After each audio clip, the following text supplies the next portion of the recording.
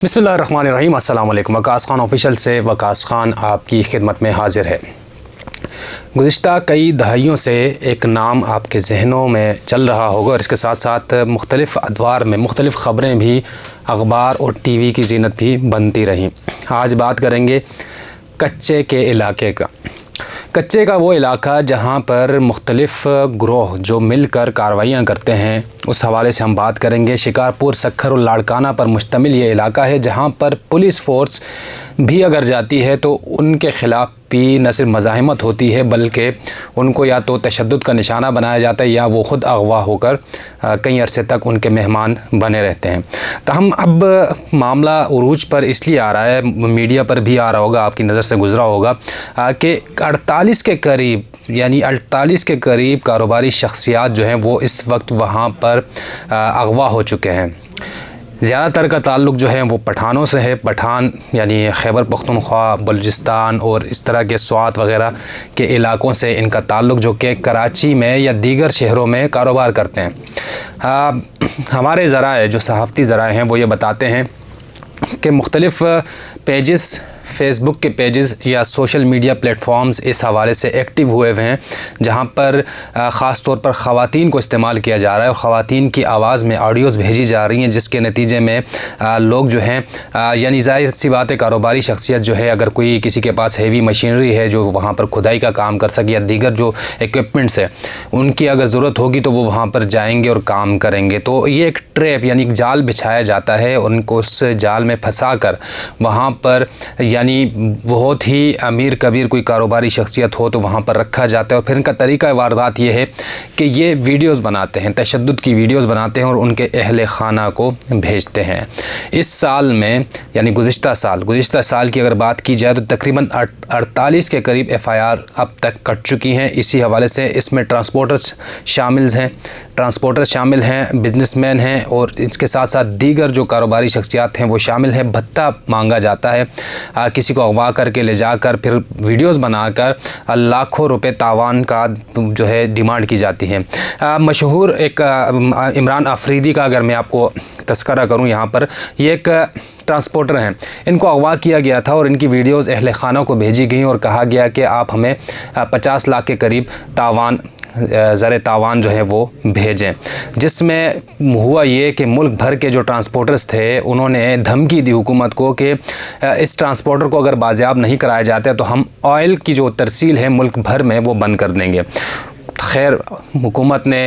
सिंध हुकूमत ने मामलात चलाए और करते करते एक ऑपरेशन किया। ऑपरेशन के नतीजे में कहा यह जाता है कि वो जो वहाँ पर ये ग्रोह हैं उन्होंने ख़ुद दे दिया था, लेकिन पुलिस का ये दावा है कि उन्होंने ऑपरेशन करके इनको बाजियाब करा दिया था। 3 दिन लगे थे इस मामले पर। उसके बाद हैं लुक़मान वज़ीर, जिसके हवाले से कहा जाता है कि 50 लाख रुपए तावान इनसे तलब किया गया। खैबर पख्तूनख्वा असम्बली में मीर कलाम वज़ीर जो कि जिनका ताल्लुक़ भी वज़ीरिस्तान से है, उनका ये एक इस हवाले से असम्बली में एक बिल पेश किया गया और उसमें कहा गया कि ज़ोर डाला गया कि सूबाई हुकूमत और जो कौमी असम्बली है वफाकी हुकूमत वो सिंध हुकूमत को कहे कि इस हवाले से ऑपरेशन करे और इन लोगों को या इस लुक़मान वज़ीर को बाजियाब कराया जाए। ताहम इनका भी यही तरीक़ाकार था कि इनकी वीडियोज़ बना कर इनके अहले खाना को भेजी गई। स्वात, पेशावर, बलूचिस्तान यानी 5 लोग जो हैं वो हाल ही में अगवा हुए और इसी हवाले से इनकी एक तो इक्विपमेंट जो होता है वो जब ये साथ लेकर जाते हैं वो भी वो कब्ज़े में ले लेते हैं, साथ ही साथ तावान का मुतालबा करते हैं। गुज़िश्ता रोज़ 2 रोज़ कबल बल्कि कराची प्रेस क्लब के बाहर बहुत ज़्यादा तादाद में पठान यहाँ पर जमा हुए। कराची प्रेस क्लब के बाहर पुरअमन एहतजाज रिकॉर्ड कराया और इनका मुतालबा ये था कि कच्चे के इलाके में जो लोग अगवा हो रहे हैं उनको बाजियाब कराया जाए, हुकूमत अपनी रिट कायम करें। जबकि सिंध हुकूमत कहती है कि ये हम यहाँ पर ऑपरेशन करेंगे, लेकिन जब ऑपरेशन हुआ तब हमारे पास ख़बरें ये आती रहीं, बहुत बड़ी हेडलाइंस बनती रहीं कि वहाँ पर पुलिस जो एहलकार हैं उनको या तो पकड़ लिया जाता है या उनको तशद्दुद का निशाना बना दिया जाता है। लेकिन ताहाल अब तक उस इलाके पर हुकूमती रिट जो है वो कायम नहीं हो सकी। एक और मुतालबा सामने आ रहा है خاص طور پر پٹھانوں کو اغوا کیا جا رہا ہے، تو پٹھانوں کے حوالے سے یہ مطالبہ سامنے آ رہا ہے کہ جب وزیرستان وغیرہ، سوات وغیرہ یعنی خیبر پختونخوا کے کئی علاقے، بلوچستان کے جو پختون علاقے ہیں وہاں پر اگر آپریشن ہو سکتا ہے عسکری جو تنظیمیں ان کے خلاف، تو اس علاقے میں کیوں نہیں ہو سکتا؟ یہ ایک بہت بڑا مطالبہ سامنے آ رہا ہے، اور خاص طور پر اس وقت آ رہا ہے جب کہ اغوا ہونے والوں کی بڑی تعداد کا تعلق جو ہے وہ مختلف پختون قبائل سے ہے۔ اب 48 افراد ہیں، ان کے حوالے سے احتجاج بھی زور پکڑتا جا رہا ہے، ڈیمانڈز بھی سامنے آ رہی ہیں کہ کسی نہ کسی طرح ان لوگوں کو بازیاب کرایا جائے اور اس علاقے میں حکومتی رٹ قائم کی جائے، اس علاقے میں آپریشن کیا جائے، کیونکہ جو مشینری وہاں پر جا رہی ہے، جو یعنی یہاں پر کراچی یا دیگر پاکستان کے حصوں میں جس سے کام لیا جاتا ہے ہیوی مشینری، وہ اگر وہاں کام کے غرض سے جائے گی اور وہاں ان کو مشینری کے سمیت اغوا کر دیا جائے گا تو وہ مشینری بھی اپنے استعمال میں لے کر آئیں گے۔ اور دوسرا یہ ہے کہ ان کے پاس ہیوی ایکوپمنٹ ہے، ہیوی جو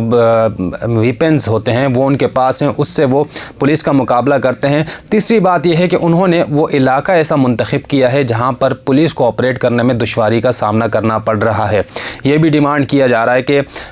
کیوں نہ اس علاقے میں فوج، رینجرز اور دیگر لا انفورسمنٹ ایجنسیز جو ہیں ان کو جو ہے وہ لوپ میں لے کر وہاں پر مشترکہ ایک آپریشن کرا کے مغویوں کو بھی بازیاب کرایا جائے، اور اس کے ساتھ ساتھ اس علاقے میں حکومتی رٹ کو جو ہے وہ قائم کیا جائے۔ لیکن اب تک اس حوالے سے کوئی اپڈیٹ تو سامنے نہیں آئی کہ حکومت اس حوالے سے کیا کر رہی ہے، لیکن جو 48 افراد ہیں ان کی ویڈیوز اگر سامنے آ رہی ہیں اور ڈیمانڈ کی جا رہی ہے پیسوں کی، لاکھوں روپے تاوان جو ہے وہ طلب کیے جا رہے ہیں، اس حوالے سے جو ویڈیوز اہل خانہ کو مل رہی ہیں وہ بھی تشویش اور شدید غم و غصے کا اظہار کر رہے ہیں۔ اس کے ساتھ ساتھ جو دیگر جو پورے پشتون قبائل ہیں ملک بھر میں وہ بھی اس معاملے پر غم و غصے کا اظہار کر رہے ہیں۔